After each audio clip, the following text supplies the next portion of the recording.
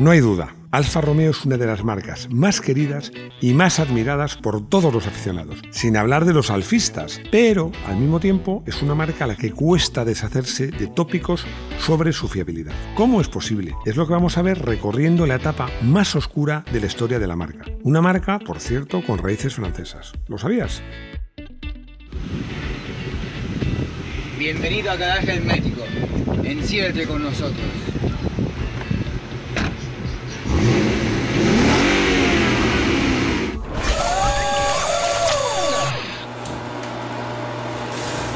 A todos los que nos gustan los Alfa Romeo hemos tenido que aguantar bromas sobre su fiabilidad, su fragilidad, que son problemáticos, que están mal acabados.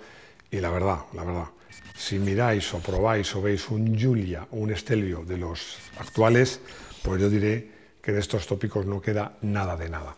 Pero antes de seguir voy a hacer un paréntesis, porque os quería comentar una cosa. Es un vídeo, este vídeo me ha costado hacer el guión, porque tiene muchos datos, mucha información. Ya os contaré por qué, información que no ha sido fácil de obtener. Yo creo que es un vídeo que os va a gustar. Y un vídeo del que voy a tirar mucho de guión, ya os lo advierto. Algún purista que me dice, se te nota que miras el guión. Es que nunca lo he contado, tengo un guión. Y aún así me equivoco como para hacerlo sin guión. Bueno, pero estos prejuicios, si existen, es que tienen una razón de ser. Y esta razón de ser la vamos a ver haciendo un repaso de la historia de Alfa Romeo. Pero ojo, no vamos a hacer un repaso de toda la historia de Alfa Romeo. Empezaremos por el principio, pero vamos a centrarnos en esa etapa, una etapa que podríamos llamar oscura, ¿no? Y vosotros me diréis, bueno, Máximo, no estás exagerando un poquito, ¿no? A lo mejor te están montando una película. No. Os voy a dar la prueba del 9. Os propongo una cosa. Entrad en Wikipedia. Wikipedia, yo siempre digo que mis fuentes son otras, ¿no? Pero también digo que a veces miro Wikipedia. Si entras en Wikipedia, que me trabo la lengua, y pones Alfa Romeo, verás algo que te va a resultar asombroso. Cuando hablan de la historia, empiezan desde 1910 hasta más o menos 1960. Y ahí saltan a 2004. Hay una etapa de la que no cuentan nada, ¿no? Bueno, ¿y qué ha pasado en esa etapa para que sea difícil encontrar información? No os digo que alguien quiera ocultarlo, que a lo mejor también, pero sea difícil encontrar información de esa etapa. Eso es precisamente lo que os vamos a contar, ¿no? Digamos que es una etapa difícil para la marca y que tiene mucho que ver con el gobierno italiano, con la política y con algo que no todo el mundo conoce. Aquí en España, los españoles ya lo sabréis, pero los españoles siempre hemos tenido problemas, pero últimamente más, por la diferencia que hay entre el norte y el sur. Bueno, en Italia es mucho peor, mucho más exagerado. El norte de Italia es de las zonas más ricas de Europa, son el norte de Italia. En cambio, el sur no tiene nada que ver, no voy a decir que sea pobre, pero es mucho menos rico. Todo esto tiene que ver, como vais a ver, en esos años oscuros y en esa historia que da lugar a esa leyenda de que los Alfa Romeo son coches delicados y que se rompen. Pero como os decía, que ya sabéis que a nosotros nos gusta empezar por el principio. Y cuando empezamos por el principio, ya empezamos con los líos. Porque según donde mires, hay quien dice que la marca ha nacido en 1910 y hay quien dice que la marca ha nacido en 1920. ¿Y cuándo ha nacido la marca? Como dice un amigo mío, no sabes líos. La marca ha nacido en 1920. En 1920 nace oficialmente y aquí pongo el guión, esto lo tienes que leer, lo tengo que leer porque no, me equivoco. Se unen dos empresas italianas, que es la anónima Lombarda Fábrica di Automobili, cuyo acrónimo es Alfa, con la Società in Comandita Semplice Ingegnere Nicola Romeo e Compañía, que es propiedad de Nicola Romeo, ¿no? Bueno, de ahí surge el nombre de Alfa Romeo, esto es fácil de ver. Entonces me diréis, bueno, ¿y entonces qué pinta? ¿Por qué se dice a veces que ha nacido en 1910? Es muy fácil, yo os lo voy a explicar. Porque os decía en la entradilla que la gente no es muy consciente de que la marca Alfa Romeo tiene raíces francesas. Luego además tuvo otra relación con Francia, que también la vamos a contar, pero tiene raíces francesas. ¿Por qué? Porque la marca inicialmente lo que hace es que Alfa compra la fábrica que tenía la marca francesa Darracq o Darracq, no sé cómo se dirá, con dos R's, y es cuando se constituye la Alfa, que es la semilla de Alfa Romeo. Así que, bueno, yo insisto, como dice un amigo mío, todo eso está muy bien, Alfa nace en 1910, pero Alfa Romeo, no os hagáis líos, nace en 1920. Y desde su nacimiento es una marca que tiene una gran vocación por la competición, por los coches deportivos, por los topes de gama. Bueno, no olvidemos, ahora Alfa Romeo está en la Fórmula 1. Bueno, y no lo hace tan mal, pero no olvidemos que en los años 50 y 51 ganaron el Mundial de Fórmula 1. Y bueno, esto hablamos de Fórmula 1. Si hablamos de prototipos y sobre todo de turismos, bueno, si vas al Museo de Alfa Romeo, hay copas y títulos, vamos, que no caben en una nave gigantesca. La Edad d'Oro. Hay quien dice que la Edad de Oro, bueno, hay quien no, la mayoría de la gente dice que la Edad de Oro de la marca está en el periodo de entreguerras, entre 1930 y 1940, ¿no? Puede ser porque, bueno, siempre digo lo mismo, y seguro que Rodrigo me va a regañar por repetirme cuando digo que detrás de grandes marcas siempre hay grandes hombres. Y mujeres. Y mujeres. Bueno, este es el caso, en el caso de Alfa Romeo, este gran hombre fue Vittorio Jano, ¿no? Que, bueno, era un magnífico diseñador de motores, de chasis, y que es el responsable, por ejemplo, es el responsable del primer coche de competición, que se considera monoplaza, monoposto, como se dice en italiano, que es el P3 de 1932.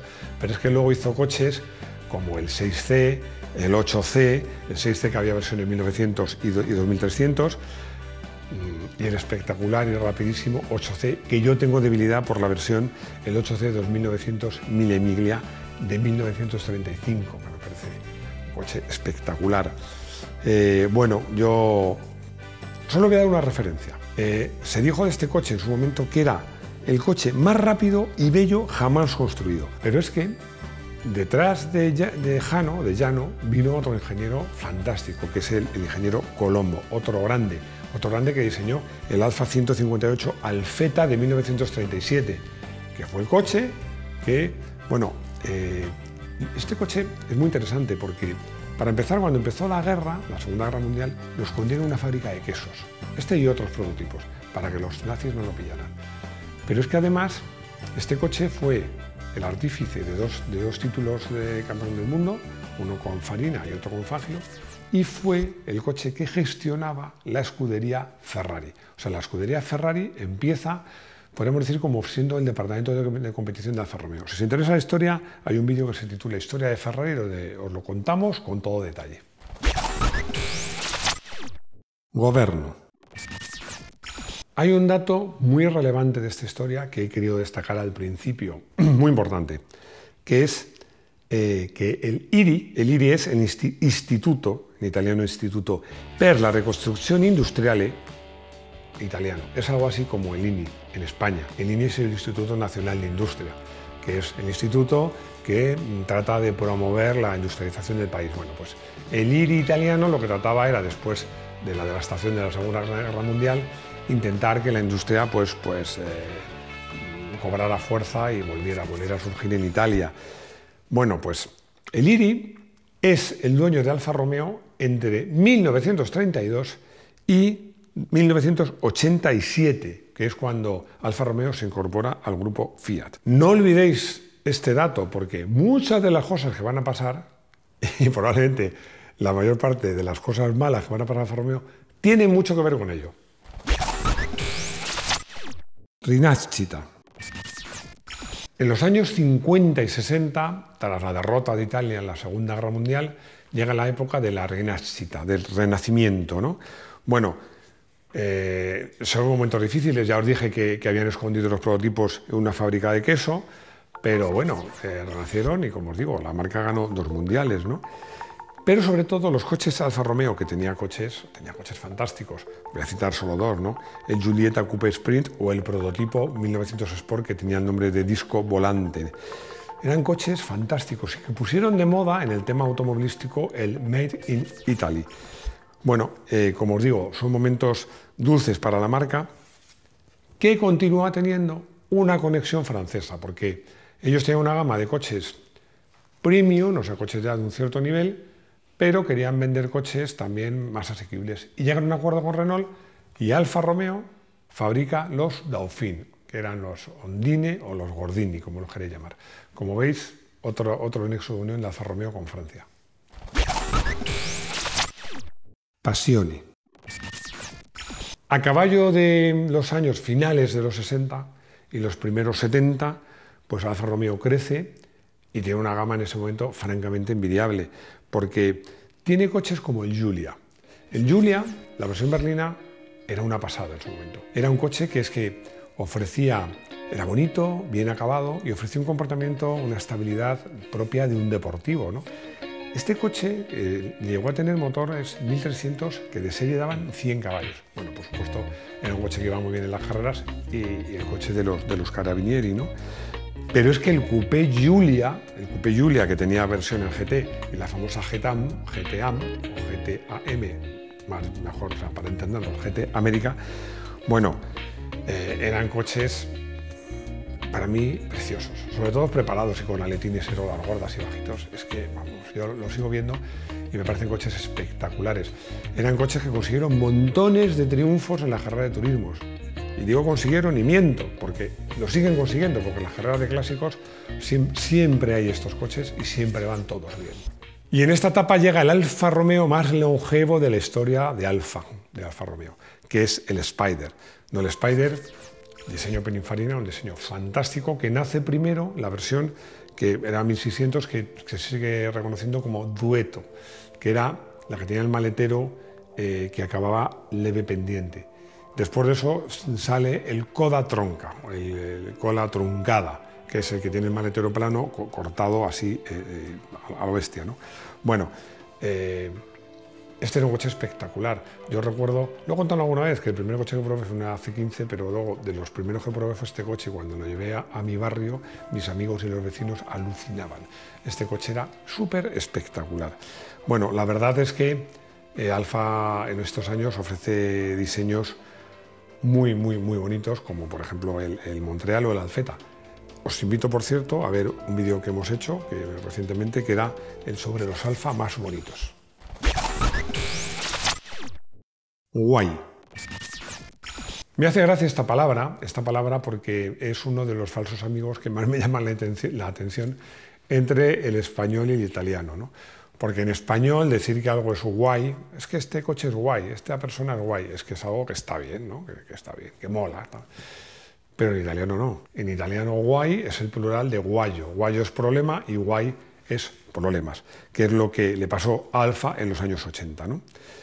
La verdad es que esta crisis no arranca en los 80, empieza a tener sus consecuencias en los 80, pero arranca antes. Aquí podríamos decir que arranca esa etapa que hemos hablado así más oscura de la marca. Ya os he dado el detalle de que Wikipedia, por ejemplo, no habla de esta etapa, ¿no? ¿Qué pasó esos años? Bueno, pues lo que pasó esos años es muy sencillo. El gobierno italiano quería reducir esa diferencia entre el norte y el sur y a las industrias que controlaba, pues las insistió para que potenciaran la fabricación y potenciaran las fábricas que tenían en el sur.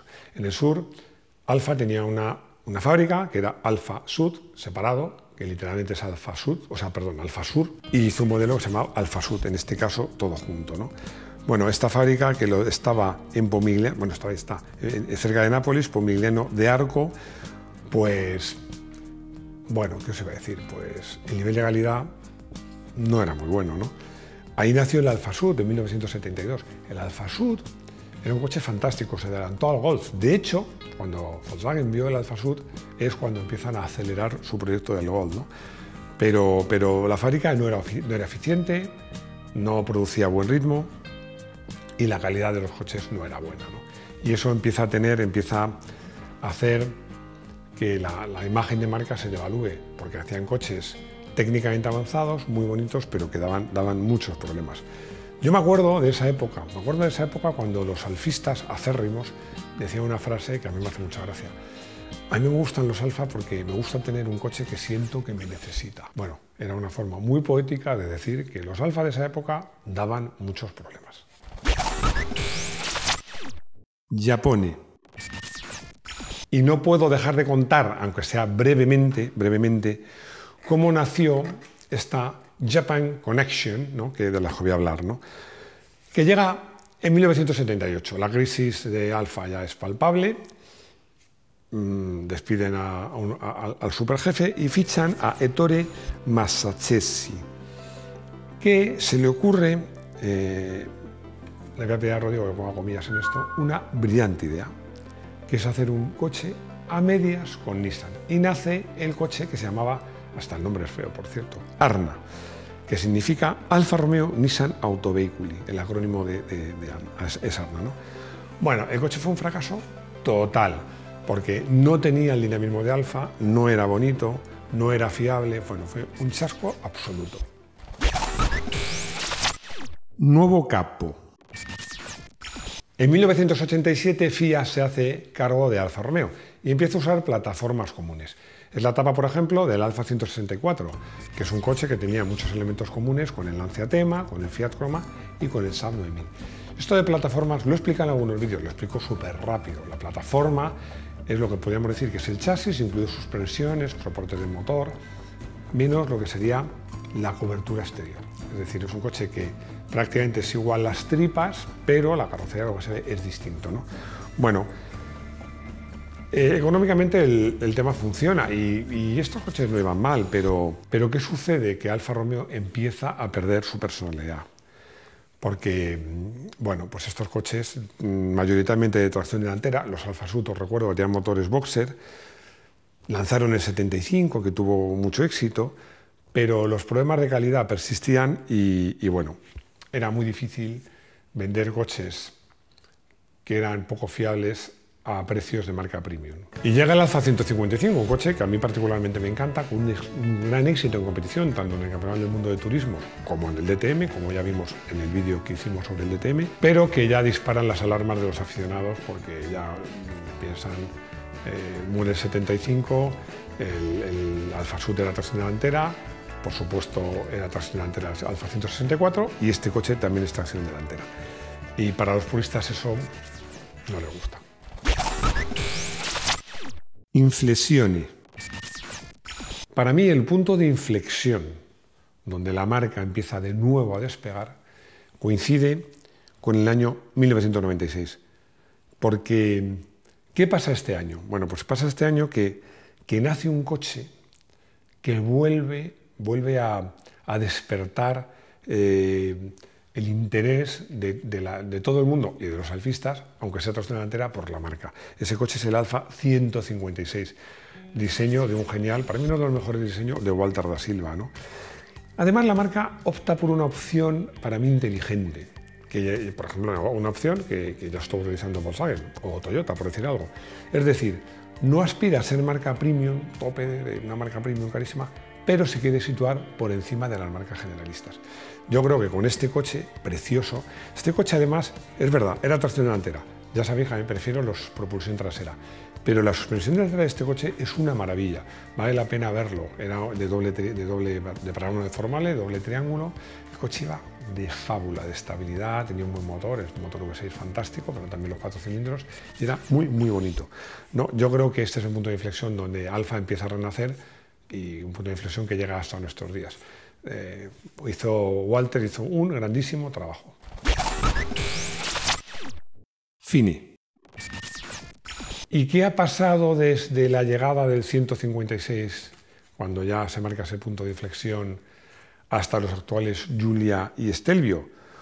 Bueno, pues para mí han pasado muchas cosas y en general muy buenas, pero esas cosas serán objeto de otro vídeo, porque ya os he dicho que este vídeo iba de la parte de la etapa oscura de la historia de Alfa Romeo. Lo tengo claro, porque probé un Giulia, pero voy a pedir a la marca un Giulia de los modernos para probarle más a fondo. Por supuesto, os lo contaré. Pero para coche del día hemos elegido un coche, ya sabéis mi debilidad por Walter da Silva, no podía ser otro. El Alfa 156, que además a mí la versión V6, que daba 192 caballos, me parece una maravilla. Una maravilla no solo por lo bonito que es, lo bien acabado que está. La estética me parece muy, muy acertada. Pero es que la estabilidad de ese coche y el comportamiento, aunque es una tracción delantera, es tan ágil, tiene tan buena tracción, esa suspensión es tan buena que es un coche que de verdad da gusto conducirle. Llegamos al colutorio. Bueno, me he dado cuenta que he dicho conducirle y no conducirlo. Lo digo para que veáis que me he dado cuenta de que cometo fallos, pero bueno. Vale, el colutorio. A ver, Ramiro SJ me hace una pregunta que viene al pelo. Que he oído hablar mucho del motor Buso, el motor Buso de Alfa Romeo. Bueno, ¿qué es eso? Bueno, pues el motor Buso es un motor V6, que por ejemplo, ya he hablado de él en más de una ocasión, cuando he hablado, por ejemplo, del 75 América, que diseñó Giuseppe Buso, ¿no? Y que tiene fama de ser uno de los mejores motores, probablemente el mejor motor V6 de la historia. Y que para mí tiene muchas cosas buenas, pero hay una muy buena que tiene, que es una pasada. Es que no emite ruido, lo que emite es verdadera música. Yo creo que es un motor que ese motor por sí solo merece la pena un vídeo. Carlos Romero me hace una pregunta que me dice literalmente, ¿te parece una buena idea comprarme una F75 América? ¿Un V6 América? Bueno, la respuesta es que no me parece una buena idea, me parece una idea buenísima. Simplemente asegurarte de que, como os he dicho, estos coches, la calidad, ya os digo, cuando la calidad de los coches no es que todos sean malos, sino que hay buenos y malos. Compra uno de los buenos. Míralo bien, sobre todo mira los óxidos, porque esta época de Alfa Romeo también era un poquito dados a tener óxido. Pero desde luego me parece un cochazo que si lo dejas impecable vale la pena. Sí te voy a decir una cosa, gástate un poquito de dinero en cambiar todos los silent blocks del punto de anclaje de la suspensión, va a ganar el coche un montón, y luego del cambio, porque este coche tenía el motor delantero y el cambio detrás, y una timonería bastante larga para atrás. Y esa timonería lleva unos casquillos de goma que cuando se dan de sí, el cambio se hace muy impreciso. Si esos casquillos los pones una goma más dura o incluso te los hacen, que va a costar 4 euros, de teflón, vas a alucinar lo bien que va ese cambio. Y ya hemos llegado al final de este vídeo. Espero vuestras opiniones. Tenía ganas de hacer algo sobre Alfa Romeo, ya habíamos hecho dos más bonitos, pero cuando descubrí esta laguna histórica de esta etapa oscura de Alfa Romeo, quise hacer este vídeo. Dadme vuestra opinión y haced comentarios. Y si os ha gustado, dadme un like. Y si no estáis suscritos, pues no sé a qué esperáis, suscribíos. Suscribíos que queremos llegar rápido a los 400.000. Y no me enrollo con las redes sociales, os digo que si queréis vídeo de motos, me podéis ver en Moto1 Pro, en el canal de YouTube de Moto1 Pro, que tenemos un podcast en iVoox los lunes que solo lo hay en podcast y que espero veros de nuevo en nuestro garaje hermético. Hasta pronto.